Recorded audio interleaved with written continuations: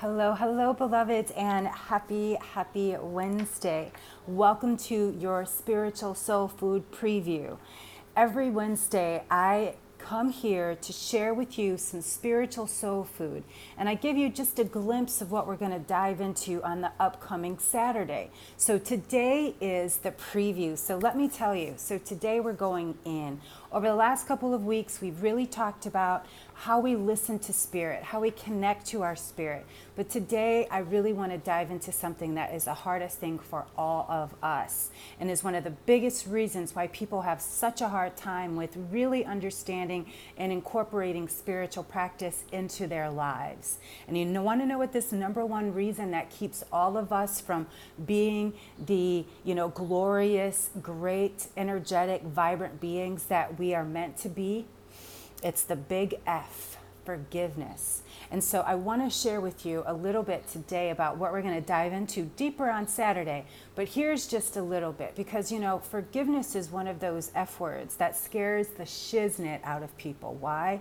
Because what it does is it makes us look at a part of ourselves or a part of somebody else that we think is wrong. And that's wherein lies the issue. Whenever we're seeing a flaw, whenever we're seeing something else that's effed up, what we're really looking for, what we're really asking for is a call to prayer, a call to forgiveness. And so I want to share this with you as an experiment. I want you to really, every time with your visual eyes, for the rest of this day, if you see a flaw, or if you have a should, a would, a could, I think you should, if you have any ideas for anybody else, what you think they should be doing, if you have any judgment, any resentment, any anger, I want you to really watch yourself today. Pay attention to yourself. And if you see flaws, that is a call for forgiveness. So how I know that this is true is when I was traveling in Kiev, Ukraine. I had been living there for a while, and a friend of mine had created a opportunity for me to work with a film crew. And so this film crew came over to his place. They were filming all day, and I was in one room, and my bags, including my purse and all my luggage, were in another room. Now, I didn't think anything about that at all. This film crew was here. These people were legit. But soon as the door opened, something told me immediately to go check my purse. And wouldn't you know it, I looked in my wallet and my $200 that I had just received from my previous client was gone. I then gathered everybody around me that was in this TV production crew, and I said, listen, somebody has taken my money. Somebody has forgotten who they were. Somebody has thought that I am better than that because I was on TV. Somebody has seen in themselves so much envy that they forgot the truth of who they are. And so I'm serious. And so I gathered these people, and these were men and women. The producer was crying. This grown man was so embarrassed. Some of the other film crew people, however, knew who he was. And I said, you know what? Whoever you are, I just want you to know, what would your mother think? What would your spiritual father think right now, knowing that you have stolen from me? That is how I'm getting home. I don't have that money. I came here to work. You know what I'm saying? I came to Ukraine to work. And so I'm giving back to your country. And I just told them the truth. And I said, I am not going to shame you. I am not going to blame you. I just need the money back. And within 30 minutes, that money magically appeared back on the floor for me to grab it and connect to it. And every single person at the end of that filming, I walked out and gave them a hug. That is what forgiveness is. It's because I know what it was like. I had been a thief when I was a child.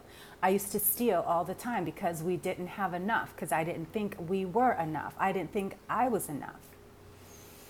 And so forgiveness and worthiness, those two things are very tangled together. And so forgiveness really is saying, I saw your flaw, but I'm gonna give you the grace. It's not a pass. It's not, I'm gonna forget. You see how I'm now using it as a learning opportunity, as a teaching tool. So I needed to see what I had done and how it had made somebody else feel, so I will never do that again. right? And I hadn't stolen anything since I was a child, but I've been in a cycle of clearing karma for the last decade. And so it feels so good to know that I cleansed that one very early on. And so take it into your spirit, take it into your heart to look at a flaw as an opportunity for you to give somebody some grace. As a student of A Course in Miracles, a student and a teacher, yesterday's lesson was, by grace I live, by grace I am released.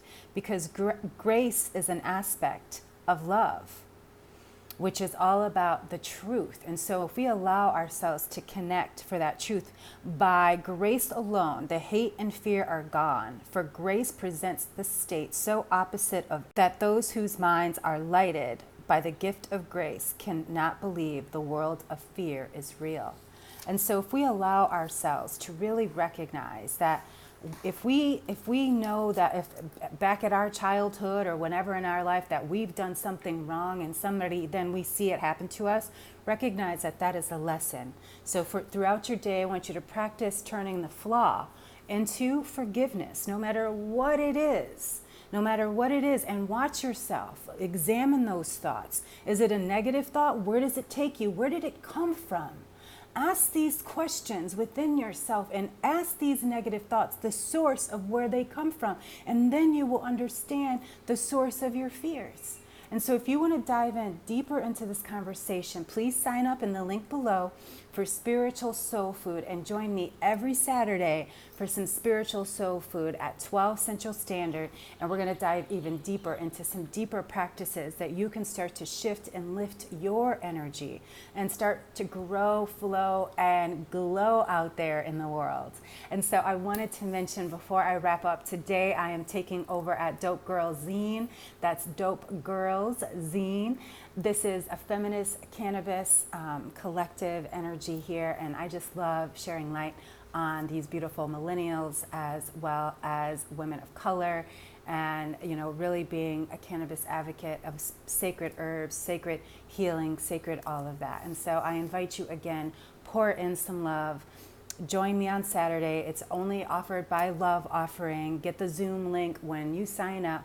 Take a look at the YouTube. There's also the takeover. Today there's a new interview with a megapreneur.